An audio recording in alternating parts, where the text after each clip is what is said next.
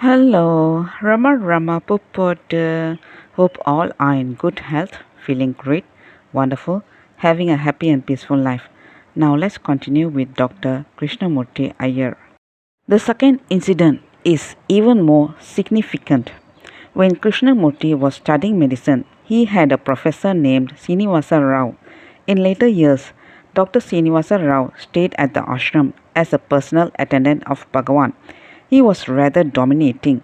Once, when Bhagavan had a serious pain in the stomach, perhaps hernia or appendicitis, he pronounced that it needed surgery. He approached Niranjananda Swami and convinced him that the surgery was necessary. Both of them wrote to Dr. Pandale, a famous surgeon in Chennai, and asked his opinion.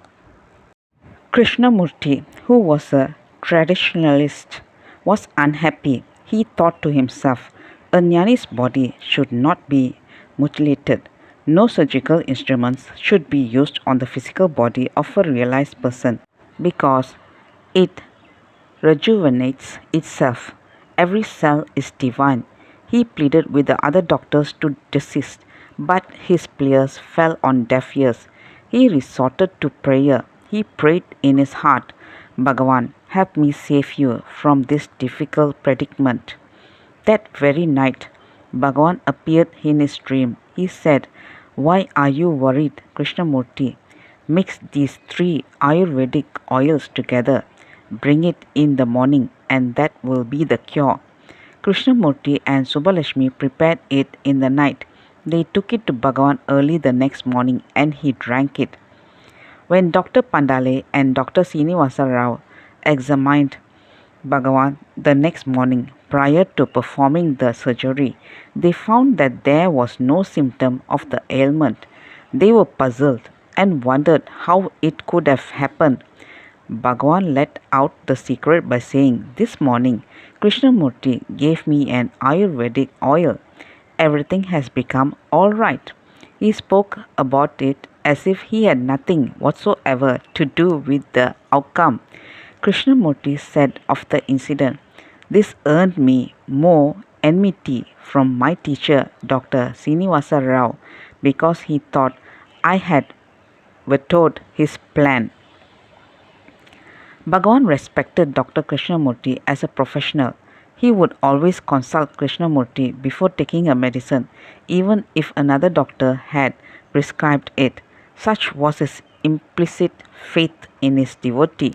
But Krishnamurti was no longer consulted because he had opposed the surgery move of the senior doctors. This, however, proved a blessing in disguise to Krishnamurti Iyer, who from then on applied himself more and more to inner sadhana.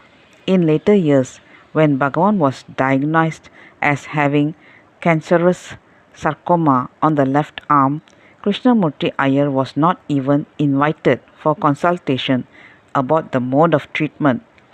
3 surgeries had already been performed on Bhagavan's arm. Krishnamurti was in anguish because the Bhagavan's body was being mutilated and he could not prevent it. For the 4th and final surgery, a major one, Dr. Raghavachari and other famous surgeons came from Chennai. They stood before Bhagavan and announced, Bhagavan, this surgery has to be done. The equipment is coming from Chennai. Bhagavan looked at them and asked, have you informed Krishnamurti Iyer? All the surgeons, including Dr. Srinivasa Rao, went to Krishnamurti's house. Dr. Rao sternly told him, do not prevent the surgery. There is no other option. They have all come for that. I know what Bhagavan's intention is when he asked us, have you informed Krishnamurti? It means that we have to have your permission for the surgery. So come along with us, but do not say no to the surgery. Tell Bhagavan that it has to be done. Krishnamurti cried, how can I do that? The doctors had to almost physically drag him to the ashram. Krishnamurti himself narrated what happened then. Bhagavan gave him a look that seemed to communicate that he should not say no. Krishnamurti acceded to it, but he was in great turmoil. He requested the doctors to go ahead with the surgery. When the doctors left, he was alone with Bhagavan. Bhagavan communicated with Krishnamurti not through words but through the silence of the heart. Bhagavan seemed to be saying, "What can be done, Krishnamurti? Things have to happen as they should. It is the will of Arunachala. His will be done." However, Bhagavan openly and audibly told Krishnamurti Iyer, "Stay with me until everything is completed." The fourth surgery took place on December 19, 1949. From that day till the day Bhagavan dropped his body on April 14, 1950, Krishnamurti was with Bhagavan every night. He may not have been in the immediate presence of Bhagavan, but he was always in the vicinity of the hall, always alert, always available. When everyone else had gone to sleep, he would be with Bhagavan throughout the night. He said, "Every night I would go through heaven and hell to be with Bhagavan. My Guru was heaven.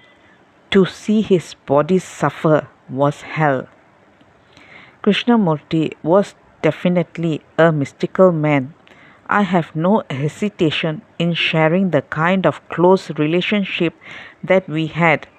When I was in Benares, the problem in my back became septic. My father came to Benares and took me to Chennai. The doctors recommended surgery in order to prevent paralysis.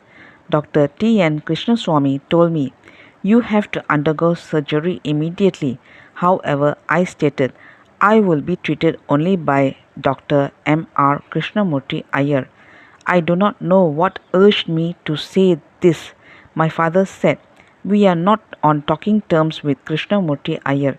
We haven't been in touch with him for over a decade now. How can I go and ask him to attend on you?" I replied, "I don't know." My father took me home and my mother said, "Go to Krishnamurti Iyer."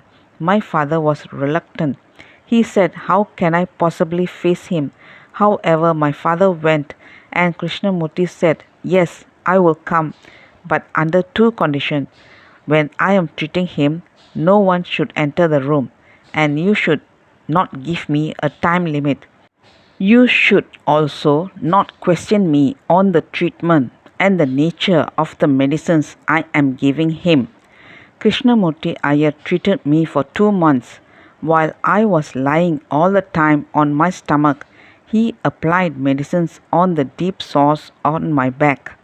More importantly, during those moments, he shared with me his mystical relationship with Bhagavan and Arunachala.